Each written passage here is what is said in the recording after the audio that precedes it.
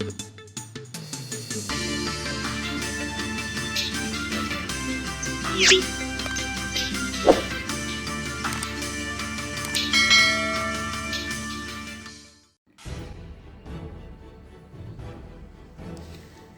गुन्हे शाखा युनिट 2ची धडक कारवाई.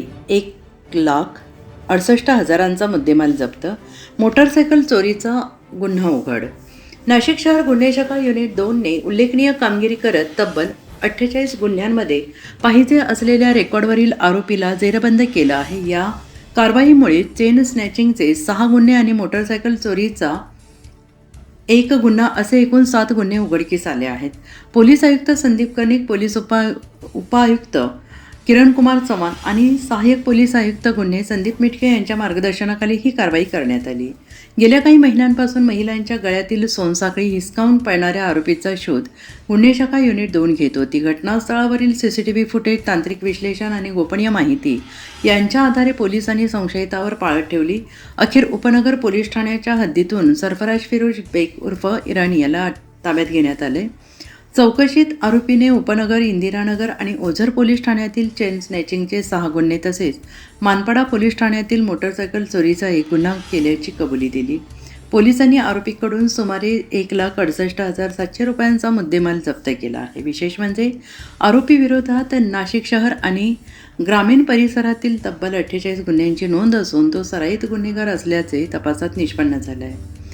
ही यशस्वी कारवाई गुन्हे शाखा युनिट 2चे प्रभारी अधिकारी हेमंत तोडकर, पोलीस निरीक्षक डॉक्टर समाधान हिरे तसेच संजय साळुंखे, बाळू शेळके, शंकर काळे, मनोज परदेशी, अतुल पाटील, प्रकाश महाजन, प्रवीण बागुल यांच्या पथकाने केली आहे. माननीय पोलीस आयुक्त नाशिक शहर श्री संदीप कर्णिक सर, माननीय पोलीस उपायुक्त गुन्हे श्री चव्हाण सर व माननीय सहाय्यक पोलीस आयुक्त गुन्हे श्री मिटके सर यांच्या मार्गदर्शनाखाली नाशिक शहरामध्ये विविध ठिकाणी एक सूटबुटातील इसम तसेच बाकीचे इतर इसम हे चेन स्नॅचिंग तसेच लोकांना काहीतरी पत्ता विचारण्याच्या बहाण्याने चेन स्नॅचिंग करत असल्याबाबतच्या घटना वारंवार होत होत्या. त्याबाबत या घटनांचा उमळीत आणण्यासाठी माननीय पोलीस आयुक्तांनी आम्हाला सूचना केलेल्या होत्या. त्याप्रमाणे गुन्हे शाखा युनिट 2चे प्रभारी अधिकारी श्री हेमंत तोडकर सर यांच्या मार्गदर्शनाखाली एक पथक व मी माझ्यासोबत PSI Shelke, PSI Sanap, ASI काळे, ASI हवालदार आहेर, हवालदार महाजन, मनोज परदेशी व अतुल पाटील अशांचे एक पथक त्या ठिकाणी नेमण्यात आलेले होते.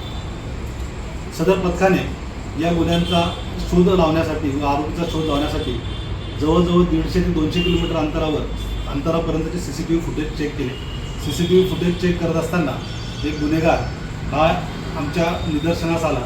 त्याचा टेक्निकल ॲनालिसिस करून व संबंधित गुन्हेगारावर पाळत ठेवून आमच्याकडील ASI काळे व पोलीस हवालदार मनोज परदेशी यांना बातमी मिळाली की भिवंडीवरून एक इसम, सदर सूटबुटातील इसम त्याच्याकडील एका गाडीवर अपाचीच्या ब्लॅक कलरच्या अपाची गाडीवर तो नाशिक शहरामध्ये चेन स्नॅचिंग करण्याकरता येत आहे.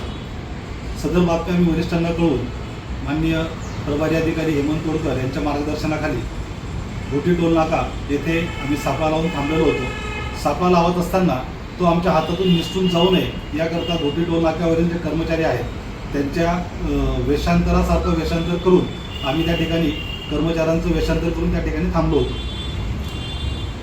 सदर बातमीच्या याच्याप्रमाणे आम्हाला सदरचा जो इसम होता ब्लॅक कलरच्या अपाची गाडीवर येताना दिसला. सूटबुटात तो होता. त्याच्यावर आम्ही झडप घातली. त्यास पकडल्यानंतर त्याच्याकडे मुद्देमाल, तोडलेली चेन त्याच्याकडे मिळून आली. त्याचबरोबर जी गाडी त्याच्याकडे होती त्या गाडीच्या बाबतीत देखील तपास केला तर ती गाडी देखील ठाणे जिल्ह्यातील, ठाणे शहरातील मानपाडा पोलीस स्टेशन येथे ती चोरी झाल्याचं आमच्या निदर्शनास आली व माहिती मिळाली. त्याबाबत तिथं गुन्हा दाखल केलेला आहे.